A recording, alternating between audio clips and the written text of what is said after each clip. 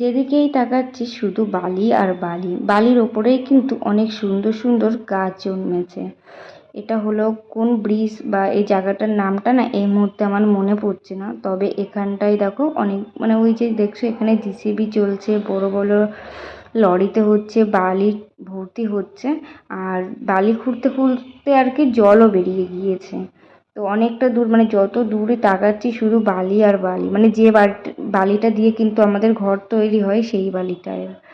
তো এই জায়গাটা মানে খুবই সুন্দর দেখাচ্ছে। আর দেখতে দেখতে প্রায় চলেই এসেছি, আর মাত্র একটা দিন, তারপরেই হচ্ছে নেমে যাব আমরা আমাদের গন্তব্যস্থলে।